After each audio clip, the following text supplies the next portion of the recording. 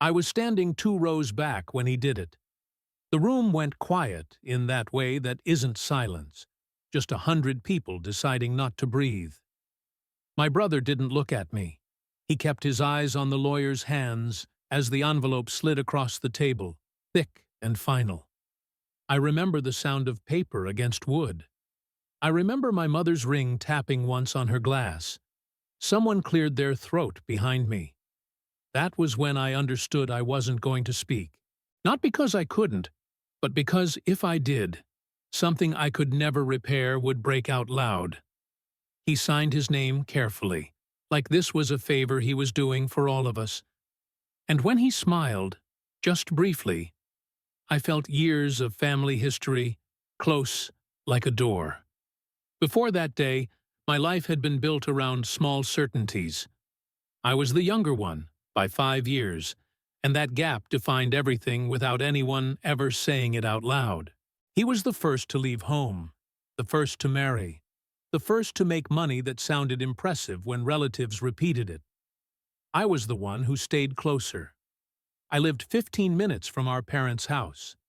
I fixed things when they broke. I came by on Sundays, sometimes without calling, just to sit and listen to my father talk about nothing in particular. Our family liked to believe we were uncomplicated. No shouting matches, no dramatic estrangements. We handled things quietly, or not at all. When something hurt, we let time smooth it over, or we pretended it already had. That was the rule I learned early. Don't force the issue. Let it settle. My father never said much about money. He grew up without it, and once he had enough, he treated it like something slightly shameful, useful, but not worth discussing. What he did talk about was fairness, not in big speeches, just in small, repetitive comments. I want things even. No one owes anyone. What's mine is for both of you. He said those things while trimming hedges, while washing dishes, while driving.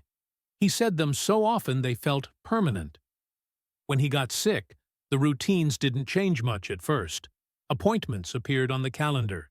Medications lined up on the counter. I went with him when I could. My brother called, sent messages, came by when work allowed. We all played our parts without comparing effort.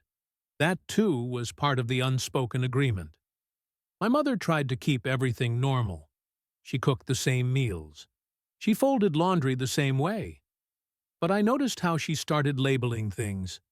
Envelopes, drawers, keys. She would pause sometimes, holding an object, like she was deciding whether it mattered enough to name. I didn't ask why. Asking felt like pushing. In those months, my brother and I spoke more formally than we ever had. Updates, logistics, short sentences. We were polite to the point of distance. There was affection underneath, I think, but it was buried under the weight of what was coming. Neither of us said the word after. When my father died, there was grief, but also relief that his suffering had ended. We stood together at the service. We accepted condolences. People told us how lucky we were to have had him. I believed that. I still do. The inheritance was mentioned only once, briefly, by the lawyer. A future meeting. Some paperwork. Nothing urgent. I went home that night and slept without thinking about it. I assumed, because I had always assumed, that things would be divided the way my father had always said they would be. Even. Clean. No one owing anyone. I didn't know then how much depended on that assumption or how fragile it really was. The meeting was scheduled for mid-morning, a weekday, like it was just another errand. I took time off work. My brother didn't. He said he'd step out between calls. That should have meant something to me, but I didn't let it. The lawyer's office was smaller than I expected. Beige walls, framed certificates, a long table that made the room feel more formal than it needed to be. My mother sat at the far end, hands folded, her purse upright on the floor, like she might need to leave quickly. She looked tired in a way that sleep doesn't fix. The lawyer began with procedures, dates, signatures, the kind of language that sounds neutral but isn't. My brother nodded along, checked his phone once, then put it face down.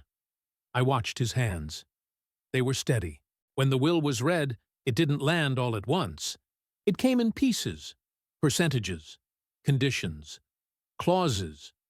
At first, everything sounded normal. The house, savings, personal items. Then the lawyer cleared his throat and said my brother's name again, slower this time. There had been an amendment, made the year before my father died. Quietly, legally, perfectly valid. My brother was to receive controlling interest in everything that wasn't explicitly personal. The accounts, the property, the authority to distribute as he saw fit, taking into consideration prior support and future responsibility. I remember waiting for the rest of the sentence, the part where my name would come back into it. It didn't. I felt heat in my face, not anger yet, more like confusion trying to find a place to land. I looked at my mother. She didn't look at me. She stared at the table, at a spot worn smooth by years of use, as if she'd already memorized this moment and was just getting through it. I said my brother's name, just once, quietly. He turned to me then, finally, with that careful expression he uses when he thinks he's being reasonable. He said Dad wanted to simplify things, that it was about efficiency, that I didn't need to worry. He'd take care of it. The lawyer slid the document toward him, the same envelope. Thick. Final. I waited for someone to interrupt, for my mother to speak, for the lawyer to explain something away.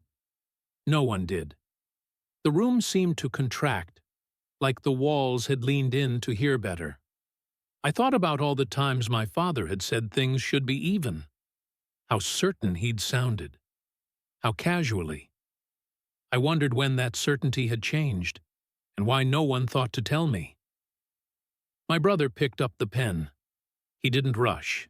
He adjusted the paper, aligned it with the edge of the table. When he signed, it was neat, practiced. That was the moment. Not the reading, not the words, the signature. Because once the ink dried, it wasn't about intention anymore. It was about record, about power. I could have said something then, asked for clarification, challenged it. The lawyer would have paused. Procedures exist for that. I knew it. My brother knew it too. He didn't look at me again. And I didn't speak. Not because I agreed, but because I saw, all at once, what speaking would cost. Not money. Something else. Something older. The pen was capped. The envelope closed. The meeting moved on. And just like that, my place in the family shifted, without anyone ever saying my name again. After that morning, nothing exploded. That was the strange part.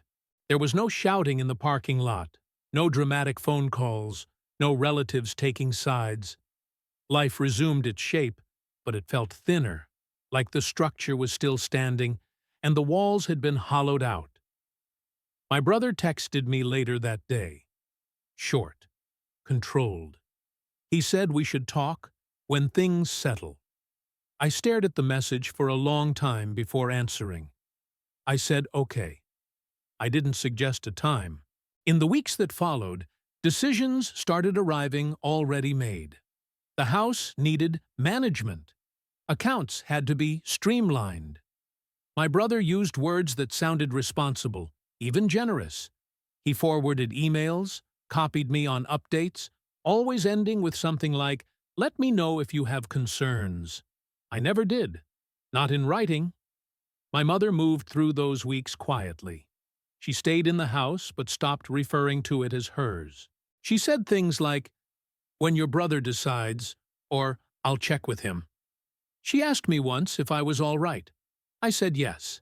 It was easier than explaining the shape of what I felt, which wasn't rage or sadness, but a kind of slow dislocation.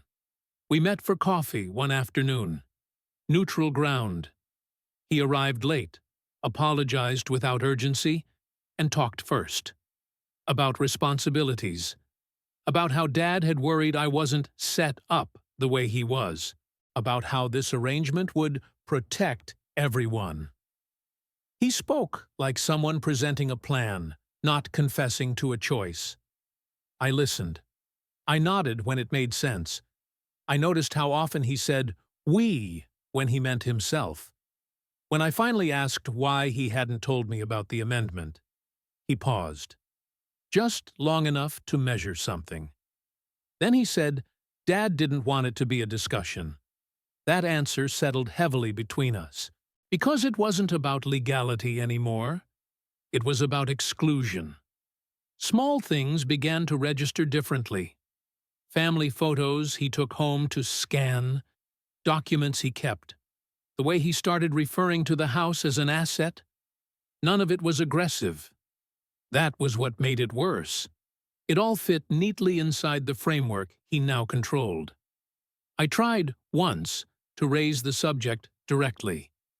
We were alone in the house, sorting through boxes. I asked what he thought was fair. He didn't answer right away. He taped a box shut, pressed down the corners, then said fairness wasn't always equal. He said Dad trusted him to make hard decisions. That night, I lay awake thinking about how easily that trust had transferred. Not earned in that moment, but assumed. Like a title passed down without ceremony. Friends told me I should contest it. That I had a case. That silence was a mistake. I nodded, thanked them, changed the subject. They didn't understand that this wasn't just about money. Challenging it would mean pulling the whole family into a fight they weren't prepared to survive. But doing nothing had a cost, too. I felt it every time my brother made a choice on my behalf. Every time my mother deferred. Every time I realized I was now a guest in decisions I used to share.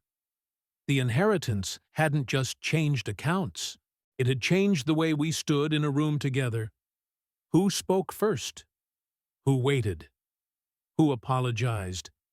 And the longer it went on, the harder it became to imagine a way back that didn't require losing something permanently. It came down to one afternoon, months later, when the house finally stopped feeling like neutral ground. My brother had asked me to come by. Not to talk, just to be there while he met with an agent.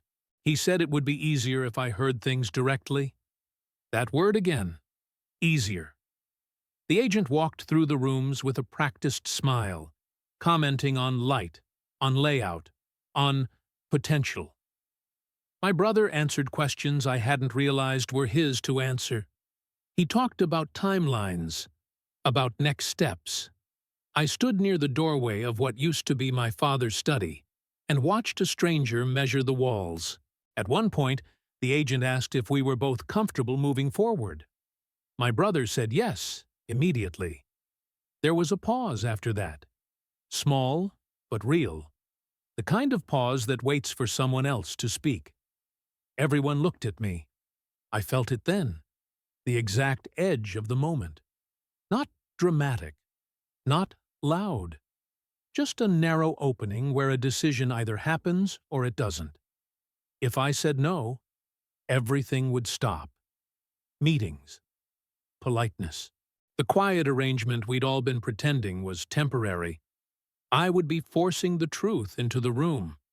My brother turned toward me, just slightly. His expression wasn't hostile. It was expectant. Confident. Like he already knew the outcome. I thought about the meeting months earlier. The pen. The envelope. All the times I'd stayed silent because it felt like restraint, like maturity. I realized how much of my place had been surrendered in those moments. I said my brother's name. He looked at me fully this time. I told him I wasn't comfortable. That selling the house without a real conversation wasn't something I could accept. My voice didn't shake. That surprised me. The agent shifted, sensing something had changed. My mother, who had been sitting quietly in the kitchen, appeared in the doorway. She didn't say anything. She just watched us. My brother exhaled slowly. He said we'd talked about this. He said he was acting within his responsibility. He said delaying would only complicate things. I said maybe complication was the point.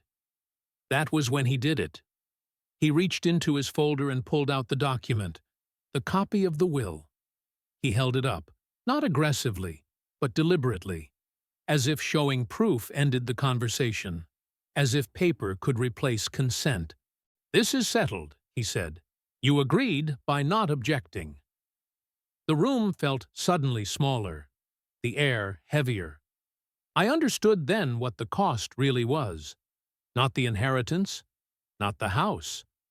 It was the assumption that my silence would always be available to him, that he could keep moving forward because I would keep stepping back. I looked at my mother. She didn't intervene. She looked tired, afraid of what would happen if I pushed. So I made a different choice. I said I would contest it. Not loudly, not angrily, just clearly. The word landed hard. The agent closed his folder. My brother stared at me like he was seeing me for the first time, and not liking what he found. I didn't feel relief or triumph. I felt the door close.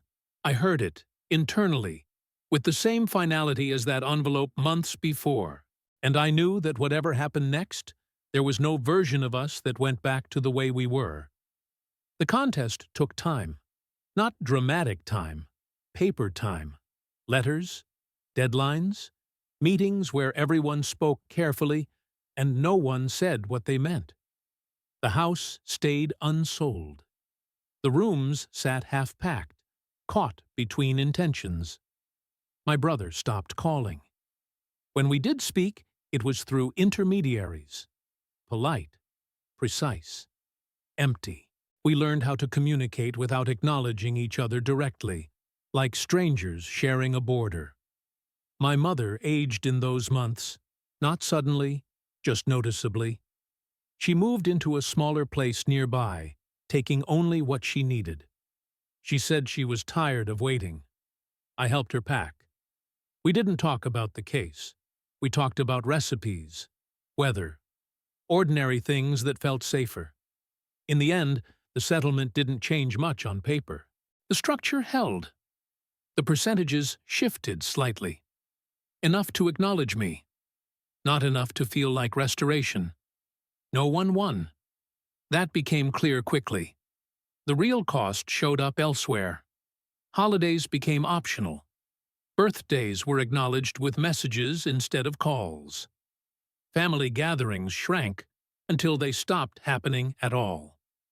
My brother and I learned how to exist in the same city without crossing paths. Sometimes I drive past the old house. It's empty now, maintained, silent. It looks the same from the outside. That's what people don't understand. How little visible change is required for something to be gone. I don't regret speaking.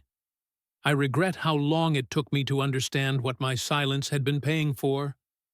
What my brother took wasn't just inheritance. It was the version of our family that depended on one of us always giving way.